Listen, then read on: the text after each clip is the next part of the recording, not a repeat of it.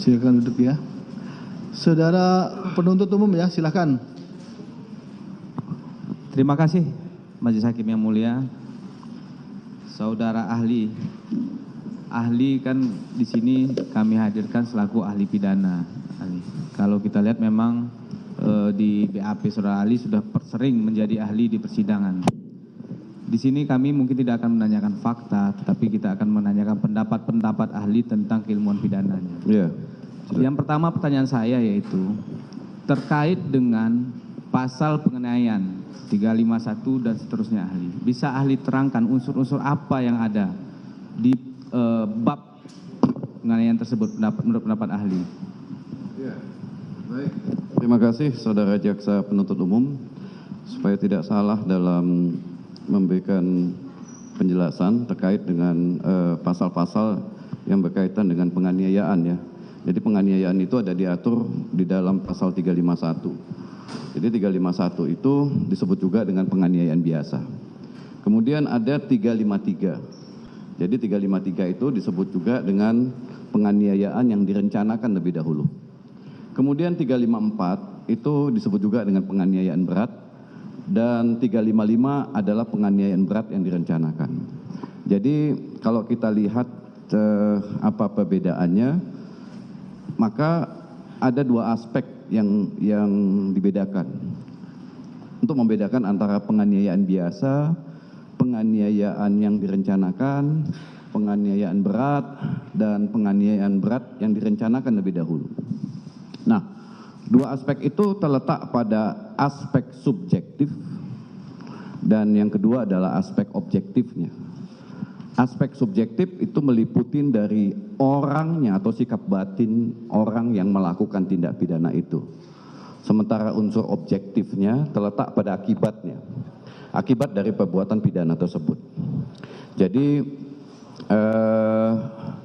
sikap batin orang itu menentukan kualifikasi apakah itu masuk dalam tindak pidana penganiayaan biasa atau tindak pidana yang direncanakan atau tindak pidana penganiayaan berat atau tindak pidana penganiayaan berat yang direncanakan lebih dahulu. Mungkin kalau orang awam agak sulit membedakannya ya. Penganiayaan ini secara doktrinal disebut juga dengan delik material. Nah, kalau kita bicara soal objektifnya, delik material. Delik material itu artinya tindak pidana itu baru selesai setelah akibatnya muncul. Nah, muncul itu akan kita lihat apakah itu lukanya biasa, ini masuk dalam konteks penganiayaan yang biasa seperti diatur dalam pasal 351 atau luka berat atau timbulnya kematian. Nah, itu dari sisi materialnya, dari sisi akibatnya. Luka berat diatur dalam pasal 89, udah jelas ketentuannya, pingsan, cacat, ya. Kemudian tidak bisa menjalankan aktivitas seperti biasa, ya, dirawat berhari-hari atau berminggu-minggu atau berbulan-bulan, ya. Kalau mati jelas visumnya ada. Luka biasa, ya lecet, lebam. Nah, itu dari sisi akibat.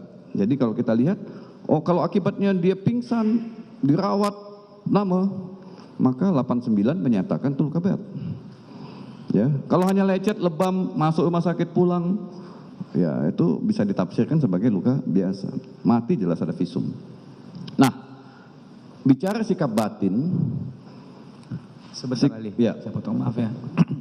Sebelum kita masuk ke sikap batin ahli, kalau kita lihat di pasal 351, kan itu elemen unsurnya adalah melakukan penganiayaan. Sementara penganiayaan ini kan tidak dijelaskan di KUHP. Apa sih sebenarnya yang dimaksud dengan penganiayaan ini?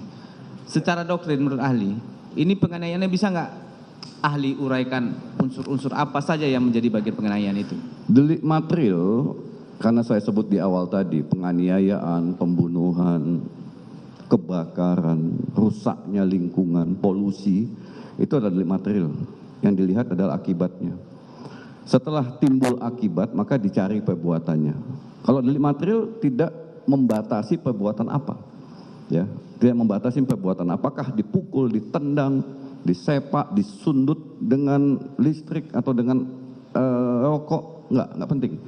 Beda dengan delik formil. Kalau delik formil jelas sudah ditentukan perbuatannya. Misalnya pencurian, barang siapa mengambil barang milik orang lain, jelas perbuatannya adalah mengambil.